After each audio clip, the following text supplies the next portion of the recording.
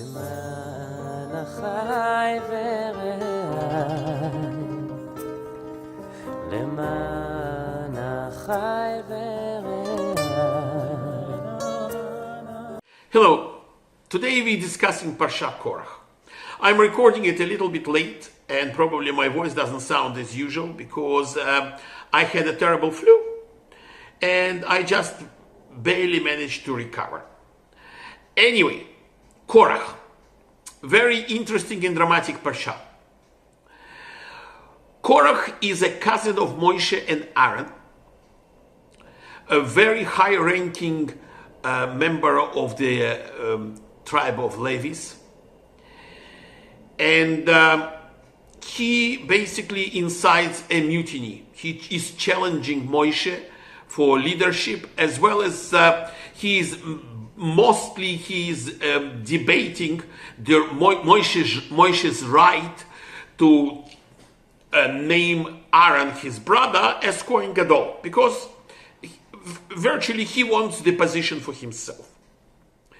However, because by himself he cannot, obviously, he understands very well that he cannot really achieve the outcome he wants to become a Kohen Gadol. He knows that very well. So what does he do?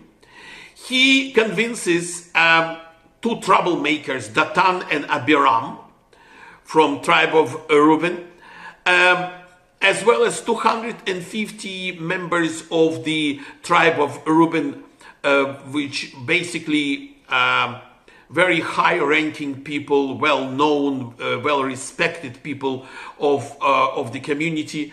He convinces all of them to challenge Moshe and Aaron. But since he is not going to say the truth, that he really simply wants the position, he wants to be the big kahuna himself, the Kohen Gadol.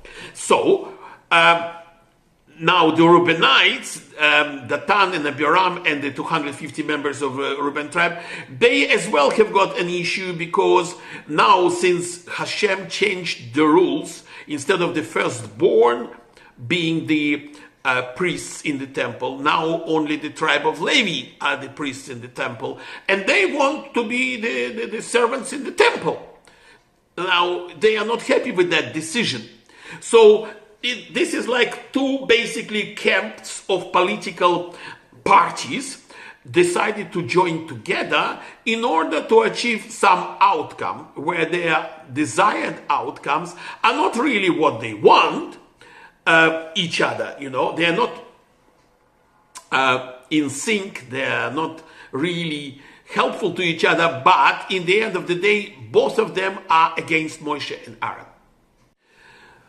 Moshe basically tells Korach and all his friends that, we can test whether I'm saying the truth or not by bringing incense to the tabernacle. And it's a very dangerous test, because if you remember the sons of Aaron, Nadav and Avihu, who brought incense without any approval from Hashem, and both died. So whoever is not approved will die, and whoever survives, this is the one who is the real choice of Kohen Gadol by Hashem. And Moshe is trying to convince them to abandon that idea, and he pleads with them and explains to them that they are basically playing Russian roulette with their life. However, Korach is not listening, and overnight he goes around the people from one tribe to another and gathering support from everybody, whoever he could gather. So the members of the Korach family and all the members of Datan's and Abiram's families, all of them perish and fall into the earth's open mouth and basically fall straight down to hell. They bury the life, basically, and the screams could be heard for a number of hours after that. Now, the 250 Reubenites, they consumed by fire, not their incense, but they themselves, they burn, right? And obviously only Aaron survives out of this. Now, then what happens is that, one would think that the Jewish people would be obviously scared, petrified by all of these events, and would understand that what Moshe and Aaron are saying is the truth. However, it's not the case. Jews were not satisfied and not placated, so they come over the next morning to Moshe and Aaron and say, what have you done? You killed basically lots of people right now, and because you wanted to prove your point. So obviously that incredible miracle which took place when the earth opened its mouth and swallowed swallowed Korach and Datan and Abiram's families, was not enough. And as a result of their complaints, Hashem starts a plague. So people start actually dying in front of them. Now, the plague has been stopped by Aaron offering a special incense. Moshe basically tells the people that, look, if you really want to see why Aaron has been chosen as Kohen Gadol, or if he has been rightfully chosen by Hashem and it was Hashem's decision, let's take pieces of dead wood,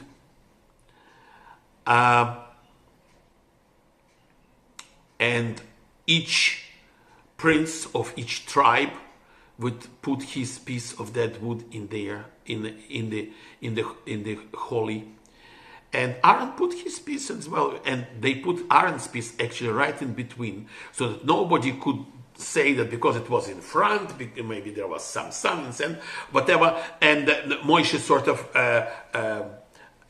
cheated on the system. Now, Aaron's piece of wood was in the middle. Now, Moshe said that the piece of wood which will blossom overnight and will bring some fruits,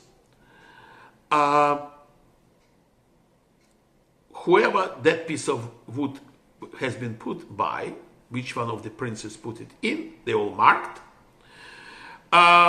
is the real Hashem choice for Kohen Gadol. And naturally, as we expected, right, Aaron's staff miraculously blossoms and brings almonds, and that proves basically, without any doubts, that Hashem has designated him to be the high priest. And in confirmation of the priesthood importance, God provides the laws and rules how all donations from all Israelites would be given to the tribe of Levi and to the Kohanim, and all the specified gifts which must be given to Kohanim at appropriate times and appropriate quantities, etc., etc., etc., in that respect. And that is really a reaffirmation of the importance of the priesthood. Now, that was a quick, brief description of what the Parsha is all about.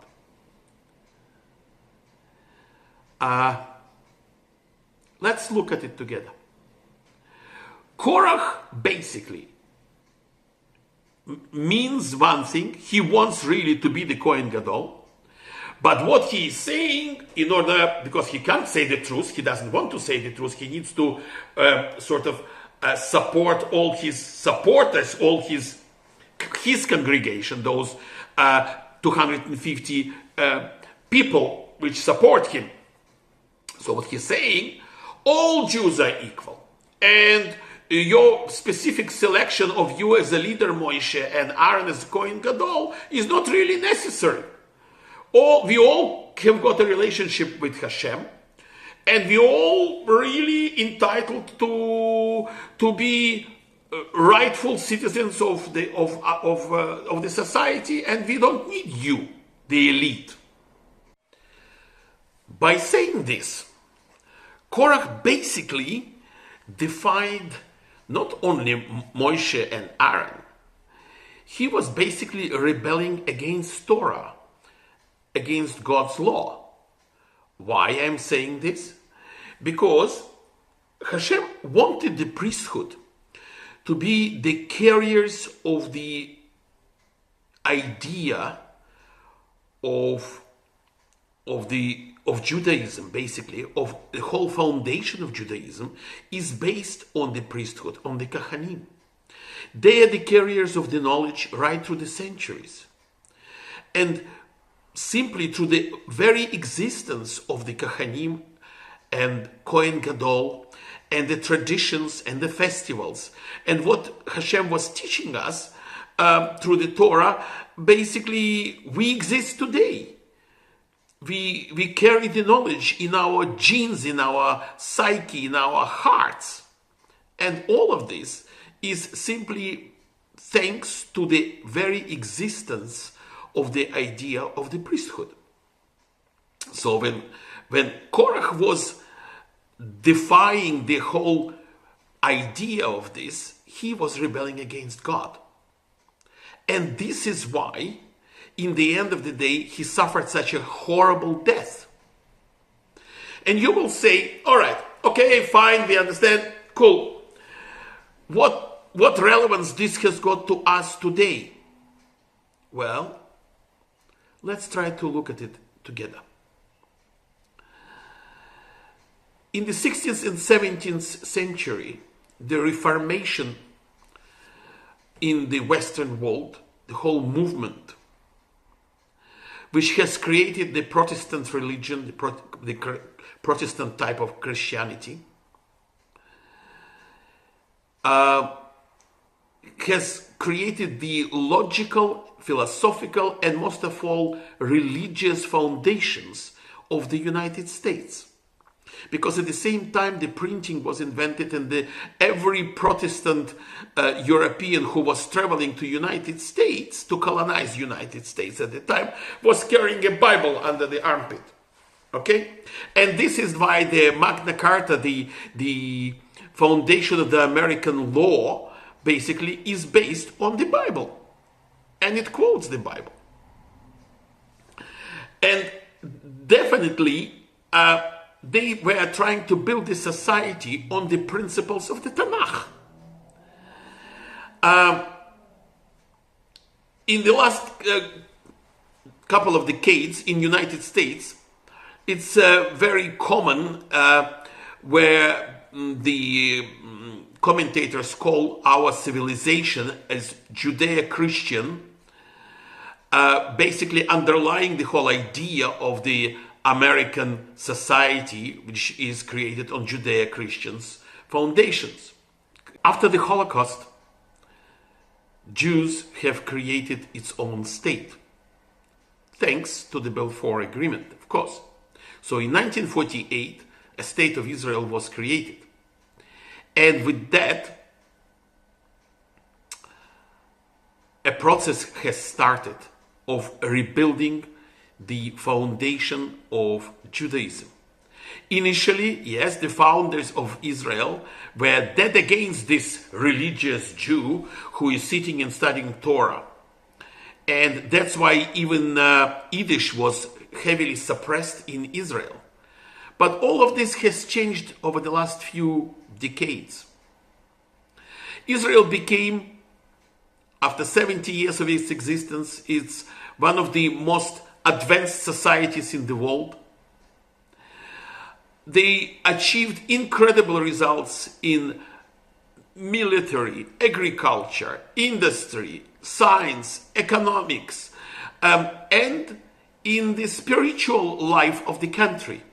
The thing is that today in Israel, there is a rebirth of Judaism. There are numerous groups, numerous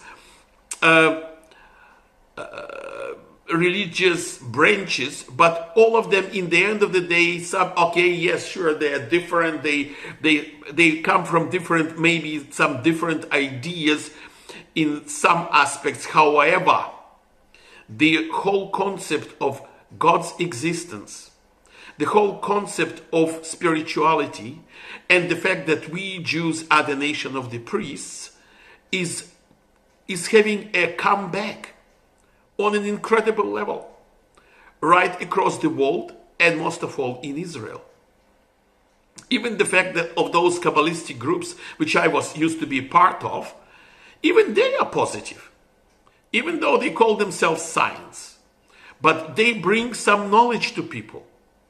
They bring some understanding that the physicality, our body desires, is not the only thing.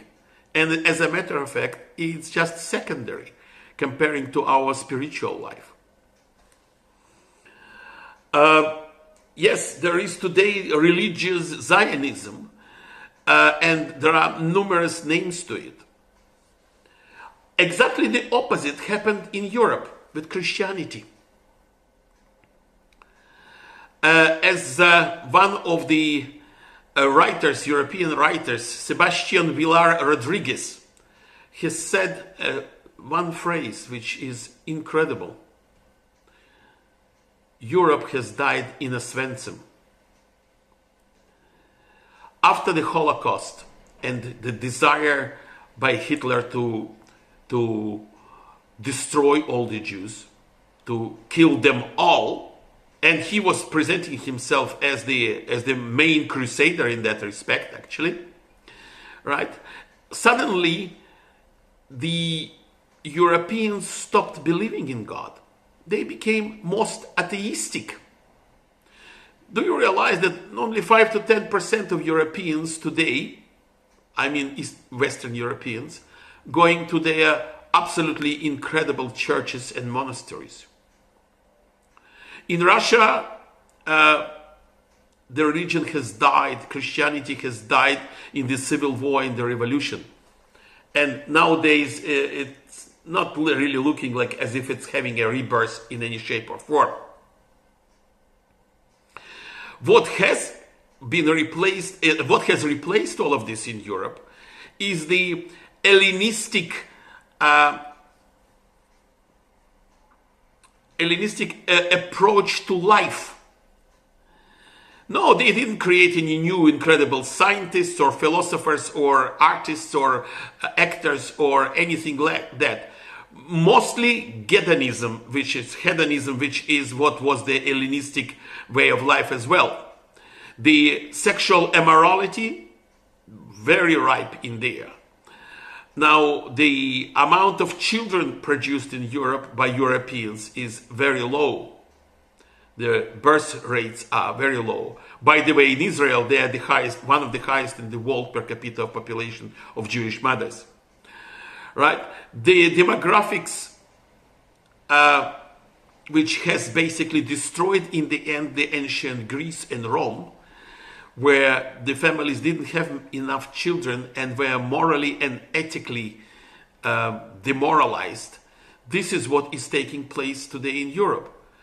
Hence the legitimation of homosexuality, the promotion of euthanasia.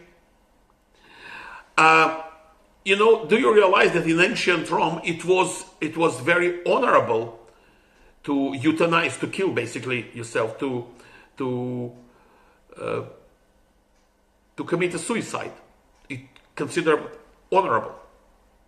And today, yes, a lot of European countries are looking towards that. Or some of them already legalized euthanasia. All in all, Europe is committing a demographic, social, political, and religious suicide. After 200 years of wars with the Islamic tribes in Spain in the 15th and 14th, 15th and 16th centuries, and the Crusades and all of this, right? Today, they're simply giving away Europe without even a shot being fired. They're simply being conquered by refugees coming in, and it's an incredible strategy created by somebody who is paying for all of this, basically conquering Europe without firing a shot. Now, and this is why the transition of the United States Embassy from Tel Aviv to Jerusalem suddenly became a major issue in Europe, and a major issue for all Islamic countries, for all, particularly the Palestinians who are conducting simply ongoing terroristic acts on the border between Gaza and the West Bank and Israel by sending those kites with fires, burning the fields. Unfortunately, in the United States, many Jews basically forgot that they are Jews. Only around about 10% of Jewish community in the United States today is Orthodox community, which still believes in God and are members of Chabad, which I am a member of as well. Majority of them are either not religious at all or members of some kind of a reform movement, which is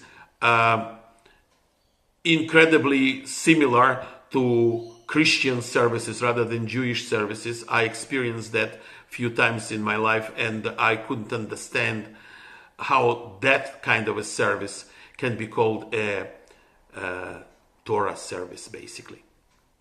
They're all supporting the Democratic Party, which is anti-Israeli, with the ethics based on smoke and mirrors. I will tell you what you want to hear, but I will do what I want to do. And very similar to what Korach was basically trying to achieve. Anti-Israeli presidents in the United States were incredible. The Eisenhower, in 1956, forced basically Israel to relinquish the consequences of their victory and to return the Sinai to Egypt. The anti-Semitic behavior of Carter or older Bush, the anti-Israeli behavior of Clintons, both of them, the husband and the wife. Yes, because for them it's important to win a Nobel Prize of peace. What kind of peace? Who knows? But, this way, at least he will be a Nobel Prize winner if he blames Israel for everything. Most anti-Israeli, most anti-Semitic was the President Obama. That was absolutely incredible. Now, what he has created, because he was saying one thing like Korach, thinking the other like Korach,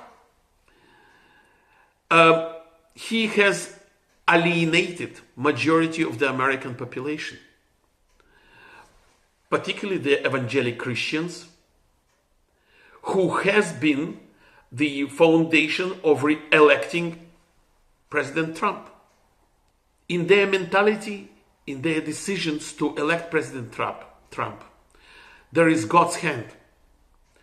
There is the pro-Israeli, pro-Jewish ideas united together with the Protestant ideas, which were at the foundation of the United States. And this is why they voted for Donald Trump. And this is why they will vote for him again and again and again, as many times as he is entitled to be the president. He will be the president.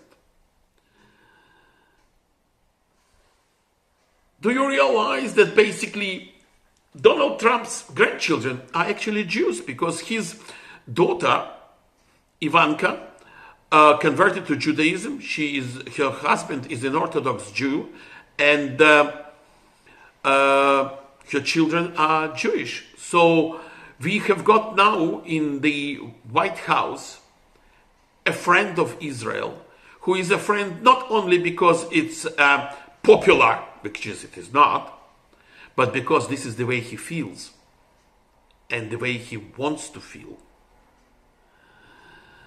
The European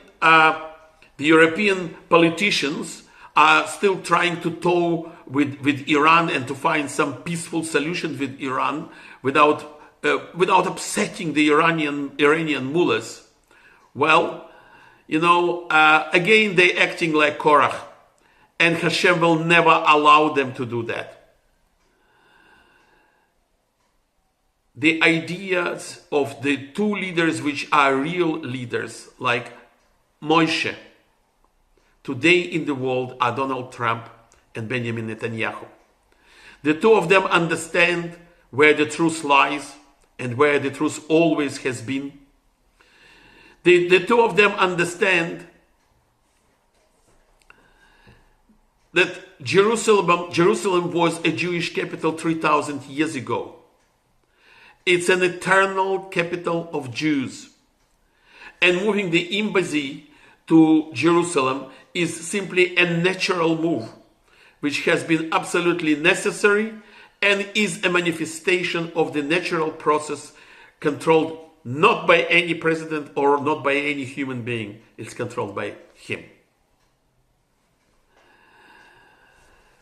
The United Nations decisions or European community decisions, which are against all of this, which are basically making one proclamation against after another, it wouldn't change anything.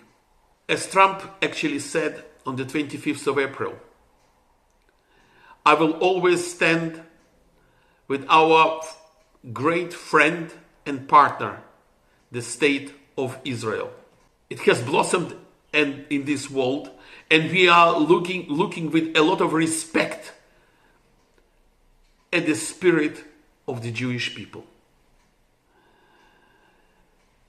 Elevation of Jerusalem to the status of a capital of Israel is a manifestation of the rule of Torah, the rule of Hashem, and of the very fact that Messianic age is upon us. The Messiah is coming. Thank you very much. למען החי ורעי, למען החי ורעי, אדם בנה, אתה בנה, שלום רב, למען החי למען החי ורעי, אדם